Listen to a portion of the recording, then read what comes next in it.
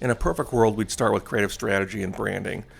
But in this instance with AirMan, they had such an immediate need to get a website up and running that we really had to focus on that because they were focused on a trade show deadline.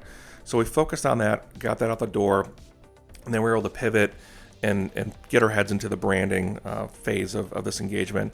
And I must say that every time I go back and go through an old portfolio or an old folder, and I see some of this work, it always makes me smile. Up until that point, I think it was some of the funnest, most iconic stuff that we had done, and it was really well received by the client in the creative presentation. So we developed a brand campaign for them, and I think we positioned them in a way that just brought so much more personality to their product than their competitors.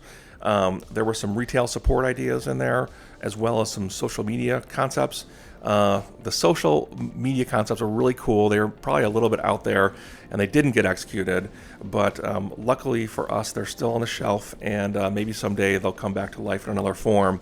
But after that initial branding engagement, we evolved into some of our tactical pieces. We helped them with some packaging and some sales collateral.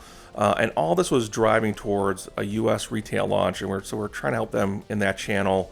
And we went as far as helping them with some planograms to kind of map out the experience in store, on shelf, and try to help them visualize what the customer would be seeing on the retail level.